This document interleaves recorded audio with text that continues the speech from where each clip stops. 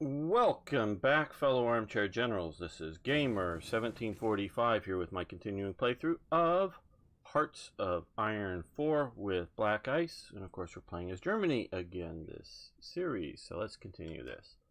We've now reached 38. We're starting our... we're going to start soon to get Austria in. Okay, we have more factories. We've been expanding some of our oil and our civil factories to buy resources.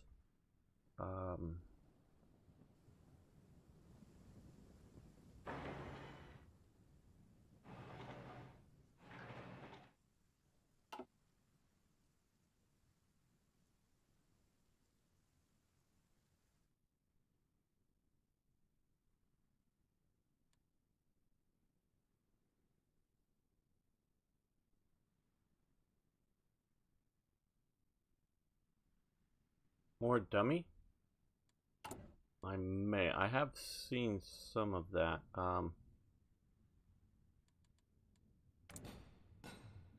Here. Dummy building is used for AI. Used to bypass a bug when checking for open factory slots with free building slots. Okay.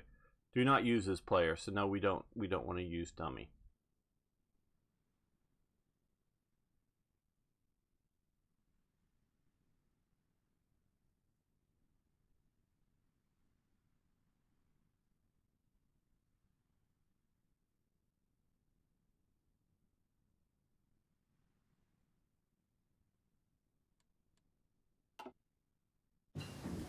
Okay, skills and training have improved.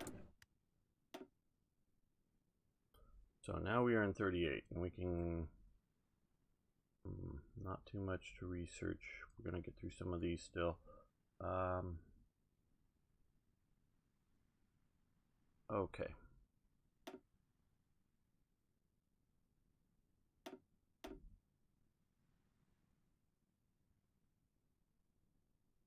Let's go with better.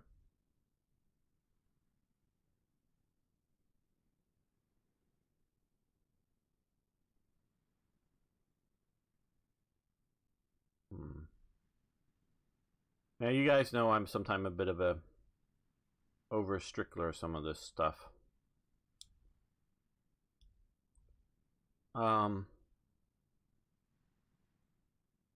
Can any of you, and I know some of you guys know a fair amount of this, can any of you explain why you would increase soft attack by having an MP40 over an MP38? I don't understand that one.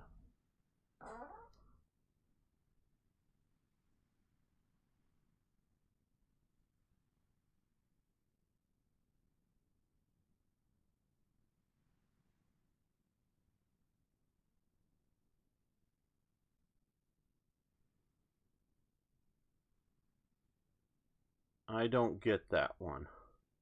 What it should be is the MP38 and the MP40 are battlefield functionally the same effectiveness. The improvement is cheaper production. That's all it should be. Is going from this to this should be cheaper to produce them. No, they had, I think, the same cyclic rate. I could be wrong on that, but they're basically the same gun. What they did is they got the MP40 had a more stamped parts, cheaper to make, quicker to make than the MP38. So, I mean, we're going to do it, but I think it's increase in soft attack is a bad thing. Yeah, I can understand the idea of just generic upgrade, but I think that should be in the doctrines and not in the weapons so much. Unless the weapons are, you know, much better at their job. Okay, and we want to do this now.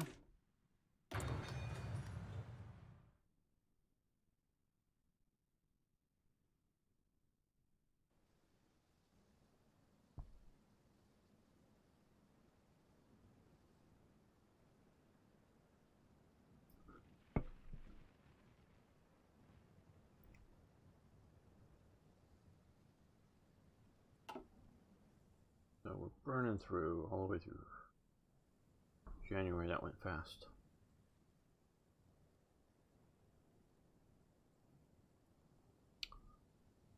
And so, well, we can create another army here.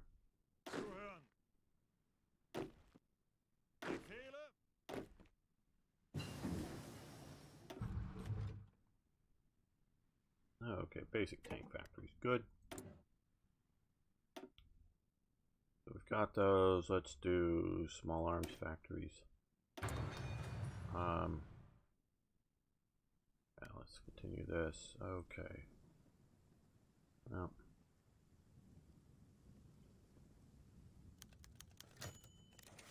Okay, hold on.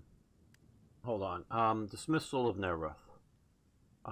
In response to the reservations expressed at Horseback Conference, Hitler tightened control of military foreign policy, making the apparatus by policy-making apparatus by removing those who were out of touch with his policy. On the 4th of February 1938, Neroth, it's Constantine van Neroth, was sacked as foreign minister during the Blomberg-Fritsch affair. He felt his office was marginalized and was not in favor with Hitler's aggressive war plans because he felt Germany needed more time to rearm, which were dealt with in the Horsbach Memorandum of the 5th of November 1937. He was succeeded by Joachim von Ribbentrop, but remained in government as a minister without portfolio to allay the concerns that his removal would have caused internationally, because he was quite popular internationally, and no one liked Ribbentrop internationally. He was also named as president of the Privy Cabinet Council, a purported super cabinet to advise Hitler on foreign affairs, and didn't really exist in a practical sense. On paper, it appeared Neroth had been promoted. However, this body only existed, like I say, on paper. That really didn't exist. So let's see. We'll replace him. Hey, thanks for following the channel. I do appreciate that. Oh, here. Okay. So these are for some reason. Now this is interesting. Oh, it's because of the party thing, maybe. They've got to get some of this worked out. They have stated, Paradox has stated that they're going to create sub-parties, factions, something within a faction. So right now, obviously, to be, they use the term fascist, but to be in the fascist faction, you have to be a fascist government. That's going to change in future versions of Hearts of Iron 4. There are going to be groupings of political parties, or whatever. So like fascist, Nazis, and nationalists, or something could be in the same thing. Now, von Papen here, in February 38, was the ambassador to Austria at this time. He had been Chancellor of Germany and then lost the job, and then when there was an intermediate guy, I forget who it was, and then when they were going to bring in Hitler, he was brought in as Vice Chancellor. And then sometime after the death, and I don't know exactly when, but sometime, and maybe even very shortly, after the death of Hindenburg, when Hitler merges the offices of Chancellor and the offices of President into basically the Führer, sometime after that, and maybe as part of that, he is no longer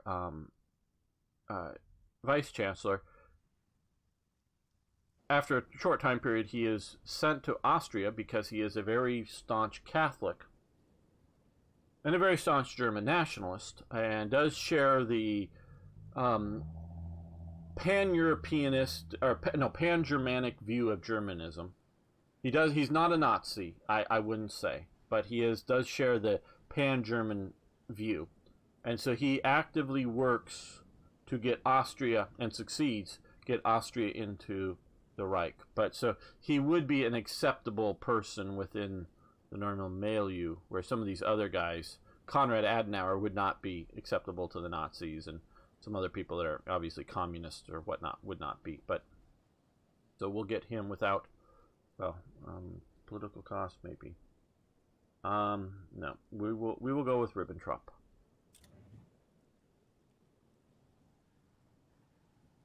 You're right. Neroth was a better foreign minister. Yeah, von Schescher, I believe. Yeah, you're very likely right.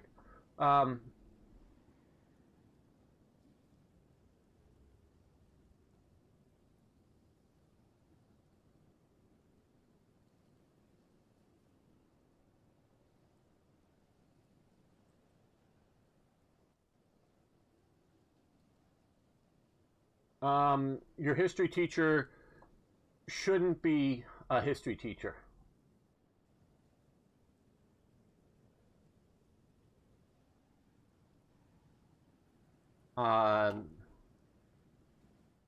Teachers are very poor quality these days, and I don't even know what country you're in, but I'm sorry, they don't know history, and that because Rome very much did fight Carthage in the Punic Wars. Very much did so. And I am far from an expert on all of that, but I seem to remember a Battle of Cannae, fought between Carthage and Rome at Cannae, in which was one of two major battles that I can point to in history in which contact with the enemy, the battle plan survived and worked out basically perfectly.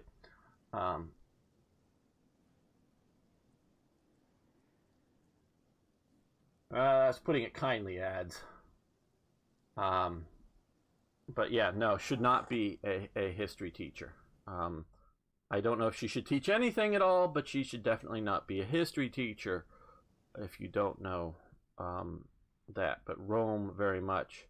And it wasn't just peoples like Etruscans or Greek city-states on the Italian peninsula that fought Carthage. No, it was Rome that fought Carthage in the Punic Wars.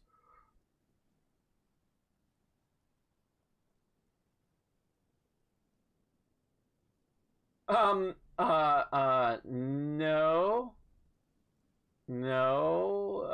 that's also very wrong.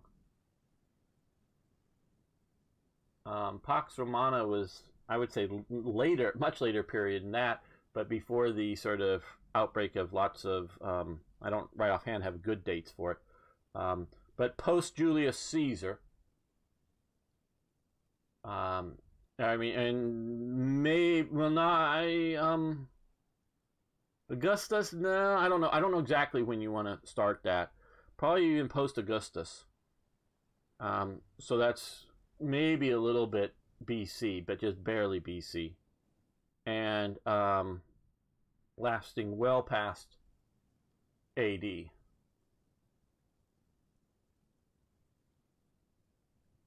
That is also very wrong. Catholicism was not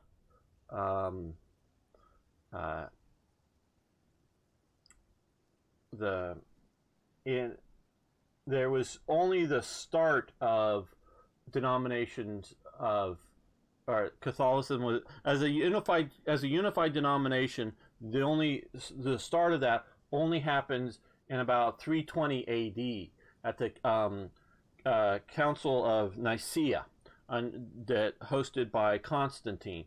So that there were many denominations of Christianity, including the Gnostics and others, well before Catholicism was ever dreamed up. So yeah, no, it wasn't. Now, they may be trying to say, oh, well, Peter founded the church in Rome, and that's the start of Catholicism. Yeah, no. I mean, yeah, he sort of did, but there's a long sort of hiatus there. And no, I am not the best authority on early Christianity either, but I know at least some of that. So yeah.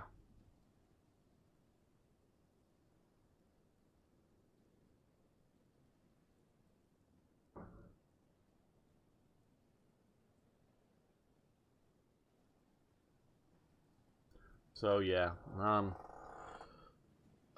Passes for history teachers. Okay, you guys come up. Get on trains. Come up to here.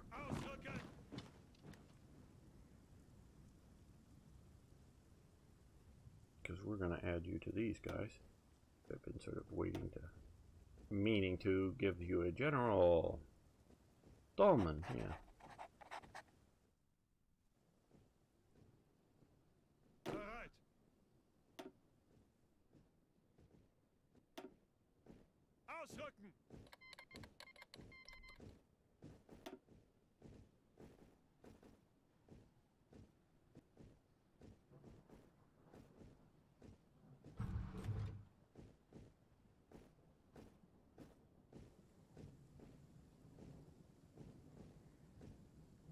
Well, one area I studied, which might sort of get out from my screen name, is the 18th century, particularly studied in fair amount of detail, the Jacobite risings in Scotland, particularly 1745 is the famous one. Studied that in very much detail, including doing original source research in in Britain, in Scotland. As well as going to original battlefield locations and walking them and studying original letters, orderly books from the leftover from the period and things like that. So I know that in a lot of detail. So I study a lot of periods in history as well. Maybe you guys are watching some of me talking about the Napoleonic era in the Napoleon Total War series. And that's what I know that, that's an old game now. And many of you already played it a lot, but I'm sort of using these series not just to say, hey, watch gameplay from a game you might want to play, but also gives me a chance of talking about the Napoleonic era. And I've read a lot about that as well. A lot as in, I don't know, 60 books about the Napoleonic era,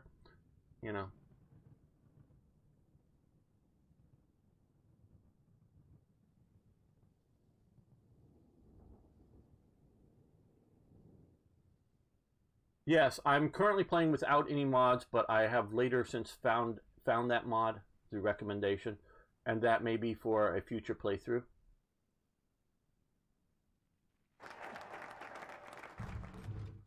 Mixed industry plan. Okay, good.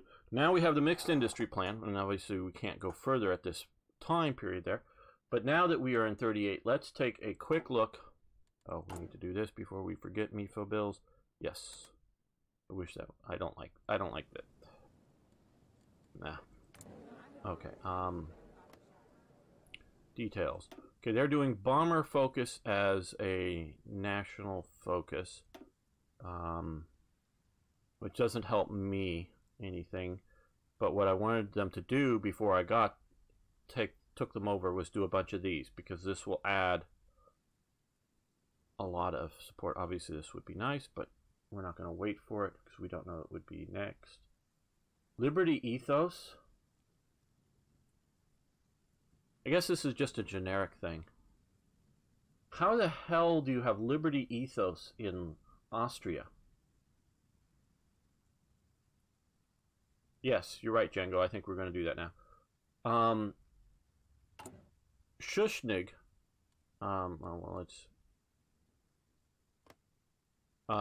Schuschnigg, Kurt Schuschnigg, his party was the Fatherland Front. It was a fascist party. All of you may or may not know, National Socialism is not a fascist political party.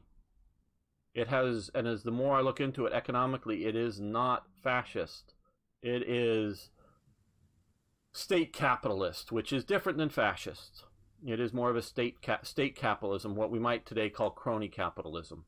It is more of that. Sure, there are fascistic elements to their political or their economic platform, but they are not ideologically fascist. The biggest fascist party in German world was the Fatherland Front in Austria. It was a true fascist party. Look to Mussolini. The prime minister that was killed by a Nazi, Egerton or whatever, I forget. I'm probably butchering his name. Was the sort of main mover until he gets killed in, what was it, 33 by a Nazi assassin, and then Schuschnigg takes over the party. So Austria right now is the biggest ruling party is a fascist party. Basically, the sort of second biggest movement within Austria is the National Socialist. National Socialism believes, this is the National Socialism of Hitler and Germany and the Nazis, believe that all Germans should be under a single German government. They abhorred the idea of having Germans not under a single German government. And it was more of a religious type movement than a political movement in many ways. Okay, we are not yet building, no. Okay, we need to build some more aircraft types. We got some bombers producing, and we got some fighters, which we need both of those. We now have more bomber types. And this right now, I'm just cranking these out just for numbers instead of trying to build better ones. Yeah,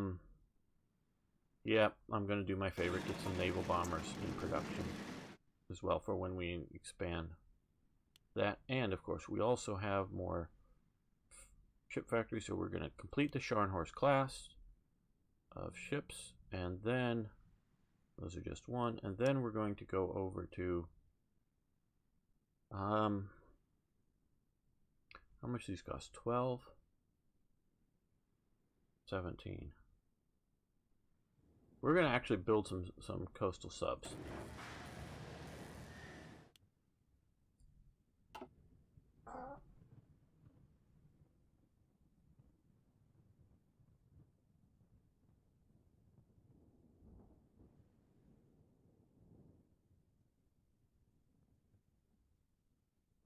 Very right, Django. I have to agree with you there.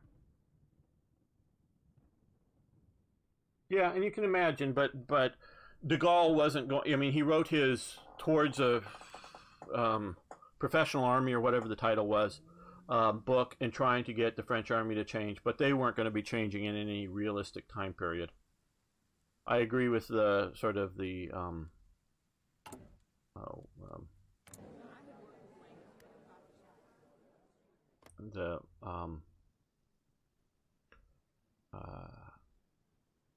Hearts of Iron 4 developers, and guess we don't see all their national things, but they're sort of victory disease, if you will, that that France had. They're doing this modernization program, and modernization just means more modern versions of what they already were thinking of doing. Because you look at the H-35 and the R-35, those are replacements for the FT-17 series, which the big improvement between a R-35 and a FT-17 was the R-35 had both a machine gun and a cannon, as opposed to just one of them.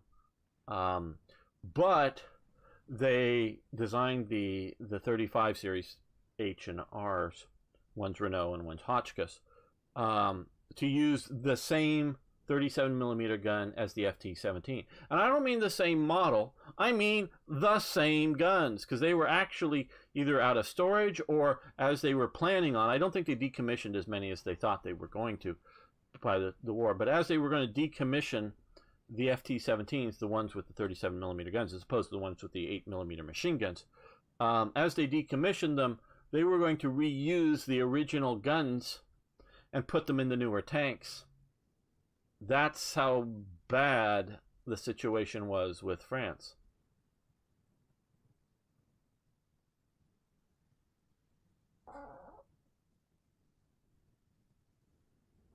Okay, cool. Colleague, I do remember that name there. It is sort of a little bit hard to keep track of the different names. And thanks very much for the kind words. Have a good day.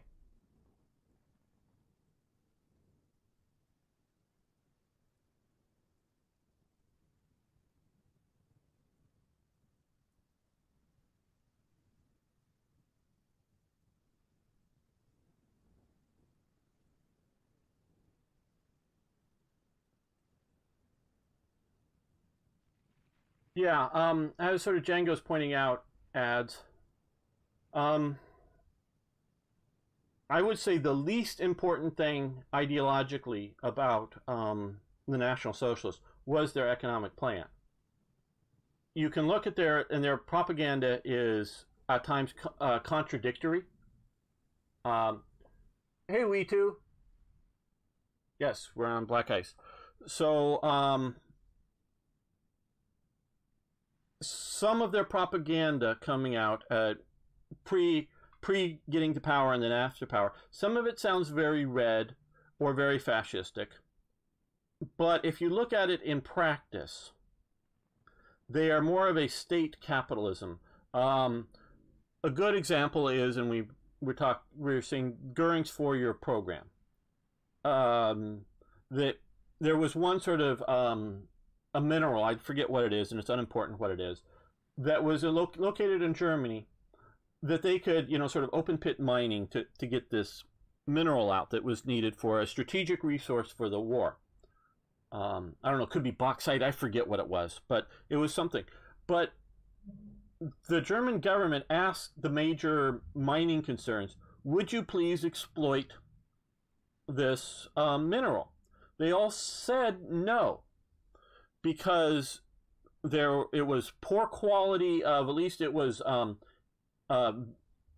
intermixed with other materials, so it needed a lot of refining to make useful. So it wasn't like a good vein of it. It was sort of intermixed with other junk, and so it was sort of poor quality. So it was going to cost, one, a lot to set up the mining facilities, and two, it was going to not produce. It was going to maybe be productive on an ongoing operation basis, but it wasn't going to be productive anytime soon after the cost of setting it up. So the government asks these mining companies to build or to do this stuff. Oh, and you could get this stuff pretty cheap exporting it. Now, Germany didn't, or importing it. Well, Germany, and one of the main sources I think was in Morocco for this, whatever it was, and which is in the hands of the enemy. And even if it was in the hands of a friendly nation, you still have to ship it into Germany. So the German government was essentially worried about having this as a strategic resource. And this is part of why the 4-year plan was started, was needed to do this stuff, and why Hermann Goering started out. So in fascism, you would have state control that would tell the companies, you build this, you do this, and if they don't, and if it isn't, and Mussolini never had Mussolini was never a Stalin in which he could just order everything done that he wanted. But Mussolini was in a situation in which they could put the screws to the company, make them hurt. Well, Salazar wasn't really a fascist, I don't think. He maybe at best was a light fascist, but the Nouveau State in Portugal was very different than the Nouveau State party in Brazil, which was a fascist party in Brazil. I get this from one of my Brazilian viewers. That was fascism in Brazil, but in Portugal it was much more of a nationalistic with just minor fascist elements. Franco was very much of a nationalist, not a fascist.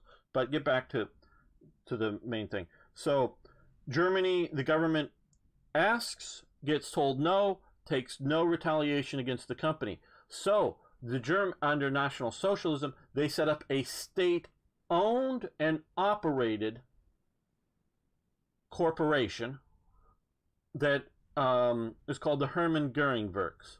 Now, part of the state-owned and operated Hermann Goering Works is confiscated factories from Jewish ownership, not from good German ownership, but from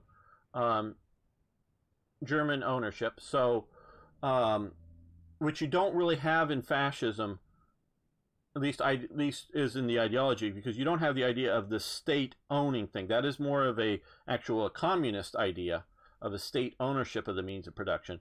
But so you have a state capitalism under National Socialism where, and I mean capitalism as in primarily the market prices are setting the costs of goods, where in fascism, reality doesn't always meet the ideology of fascism in Italy. So, but in Italy, you have much more the concept of a state-managed economy that is privately owned. So you have a difference, a significant difference. It's sort of great industrialism or something, or state capitalism, or whatever you want to call it. Basically, in many ways, the modern economy of China is much closer to the economy of National Socialist Germany, and neither of them are fascist because there's a lot of capitalistic elements in China, but then there are also state-owned and operated enterprises. The PLA, the People's Liberation Army of China, owns a lot of businesses, including a major one called Norinco. You may have heard of them. They got banned from importing weapons and munitions into the U.S., though I think they sort of do so under other names now. But Norinco was a North China Industries or whatever. But that was a PLA-owned and operated company, meaning a lot of the workers were members of the People's Liberation Army, soldiers. But not entirely, and it depended from what factory to factory, and I don't know all the details of it, and it probably changes over time. So, modern day mainland China is not a fascistic country. It is not a communistic country, but it is a state capitalist country, if you will. That is very similar to the economy under National Socialism. So that is, I guess, is that sort of, saying how it's different than the state economy under fascism, the quote-unquote third way. And the least important thing about Nazism was its economic policies. They had much more important views. Okay, so we got truck factories improved. Okay, so we've got all those and some of these, and we're going to go with that. And we have another one. Well,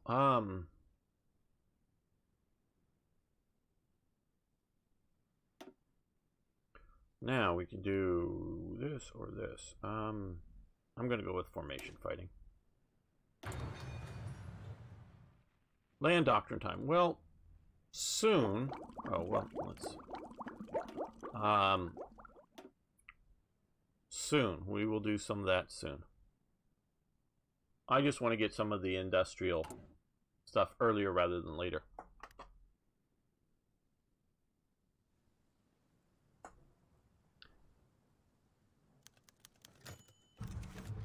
Ronnie's picture. Okay, small arms factory, munitions factory. Oh, no, we missed that. Whatever that was. I'm getting a little sick of these. Some of these gotta pick in the right time kind of stuff. This I don't see why I can't just put this on auto. I don't see that.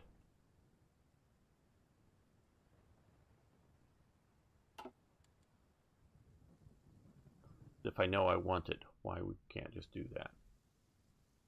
Okay, and we're gonna select him, and we're gonna put him under him, and let's okay, 18th Army? Yeah, we'll use this symbol. So now when we click him, we can see all of our different symbols, so we may reuse them. Don't like their color choices. These color choices that much.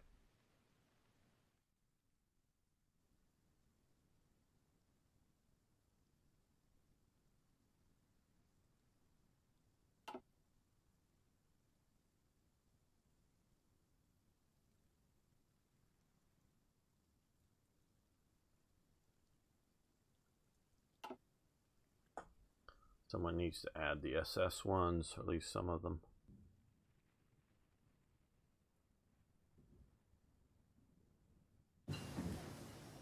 Okay, basic fighter factory is good.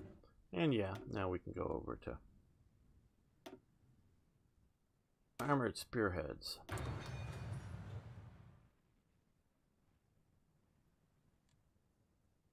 How are we doing for production? Okay. Come up here. Okay, we still have a deficit of tanks.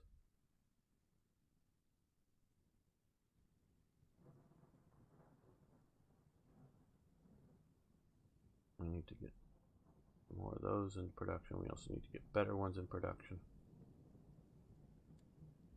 So we're getting done with that. Okay, Hungary renounces the Treaty of Trianon.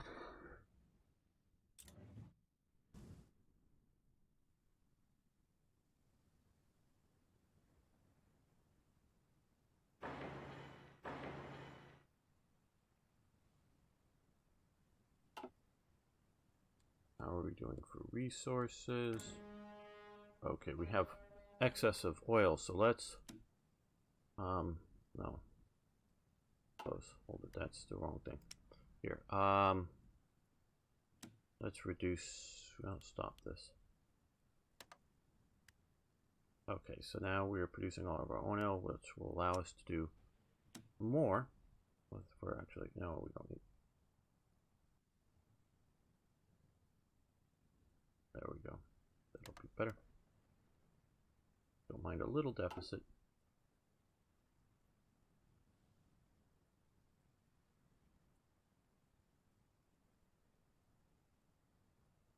Keep this going.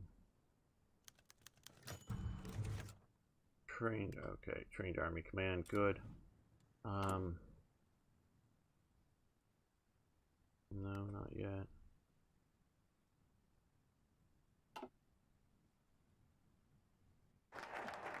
Okay, Onslaught. Repeated uprisings. Okay, so we now have this. Great. Okay, now this will allow us to expand our that's what I want. We're gonna start building Panzer IIIs, World War I tanks. No.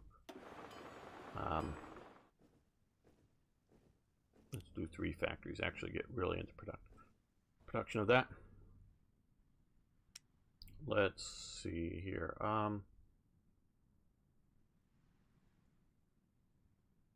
want to start doing heavy fighters. Just 1 factory to start off with. Get that going, and no,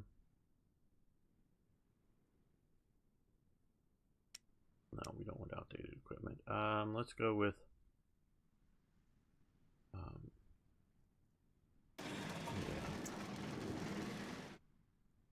well, let's go 2 factories each here. Okay, but we still need to make up our deficit of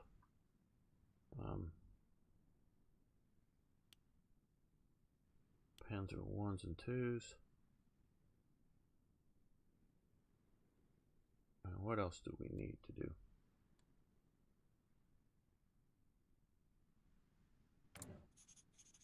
Yeah, Japan just really sort of overreached with the whole China thing. Infantry guns. We need a lot more infantry guns. Okay. Are we producing any infantry guns? Yes, we are. Okay. We'll do that. Now that we have more of this, let's build, well, no. More factories. Okay,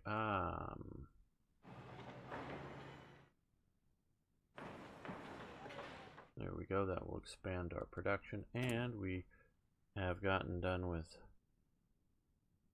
looks like all of our, okay, so we're gonna go with that, and let's start on good full-size submarines too. Okay, there we go. We'll spam out a bunch of these because we'll be able to use a bunch of cheaper close-in submarines as time goes on. And now we are here. Demand Slovenia, no. Claim no. We want to.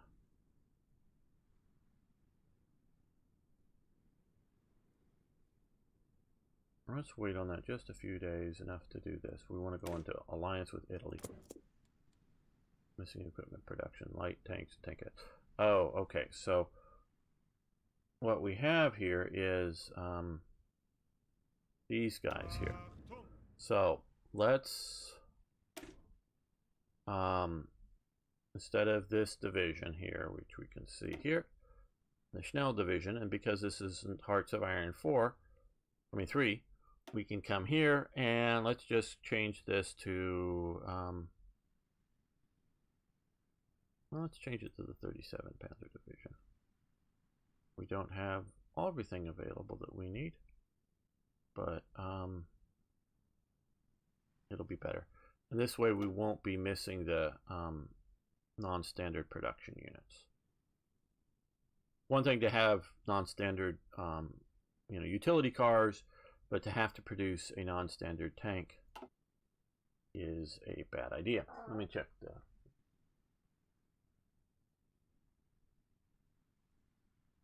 FDR, well, in a way, overplayed his hand, I would say, with Japan, but he may have been just, shall we say, trolling for a war. FDR's family had a long history of the China trade, so it was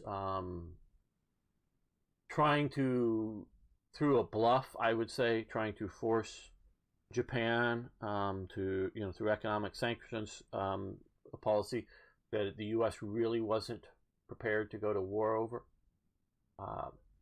But Japan decides to go to war with them anyways. Obviously, that was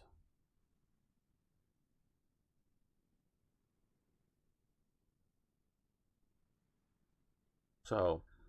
That's how I see that. Okay, and we now have some probably junk stuff down here. Yeah, World light tanks. They got the A7V or whatever that is.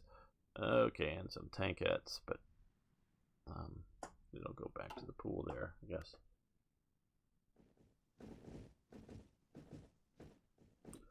And these guys that are wearing white, my understanding is it means that they are winter acclimed. Yeah, you can see here. So they have 10% winter acclimation. So, these guys are fully. These guys are just not yet there. But why are they in white then? Thought they needed to be properly winter, or they're part way, or trying to get that way. But these guys are fully winter acclimatized. Okay, the question of the Kingdom of Yugoslavia. We will put the squeeze on them.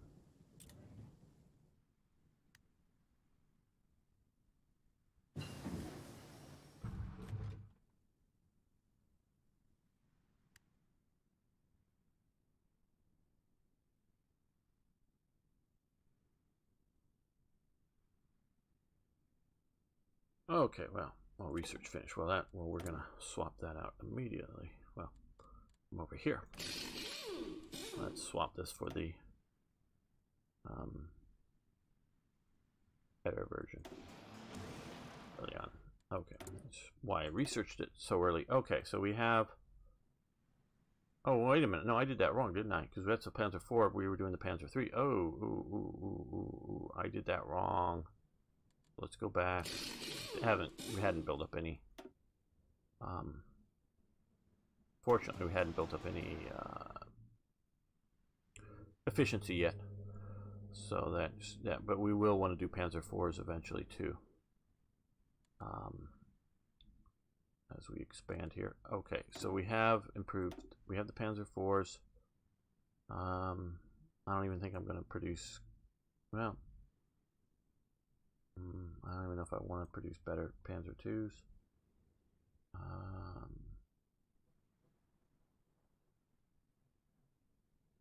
Yeah, I'm sort of kind of good where we're at. For tanks, artillery 38. Nothing really in 38.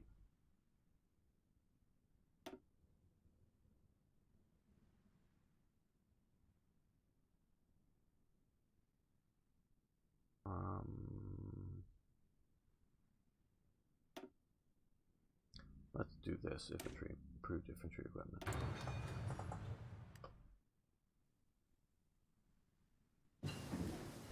Recon infantry equipment. That happened fast. I think that was fairly fast.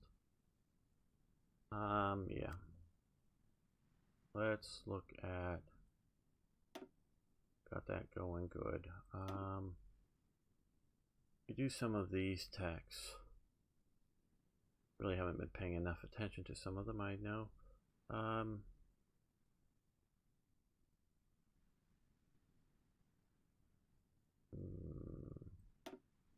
Maybe some marine techs would be.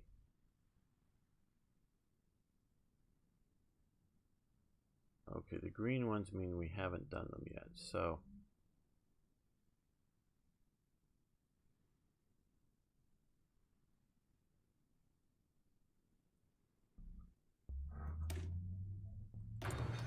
Let's get through some of these.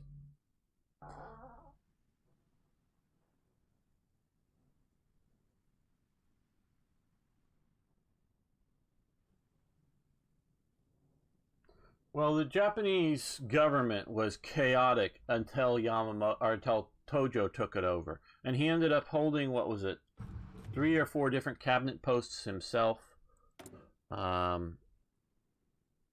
So he was doing a lot of that stuff.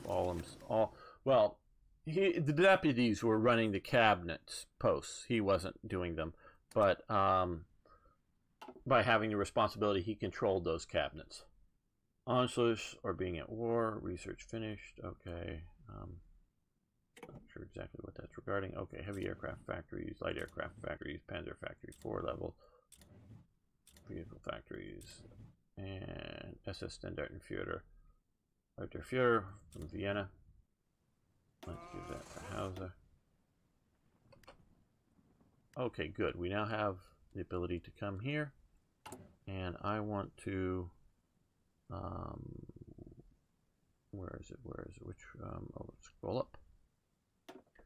We're going to the one that I think is most historically correct. Foreign investors tolerated. And that will help our economy. And let's save this.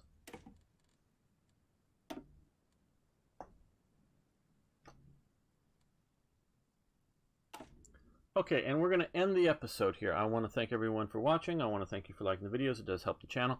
And if you haven't already, please subscribe on YouTube or follow me over on Twitch. Love to see you guys around more often. And, of course, please post questions, comments, suggestions, ideas, corrections. Love hearing from you. See you next time for more Hearts of Iron.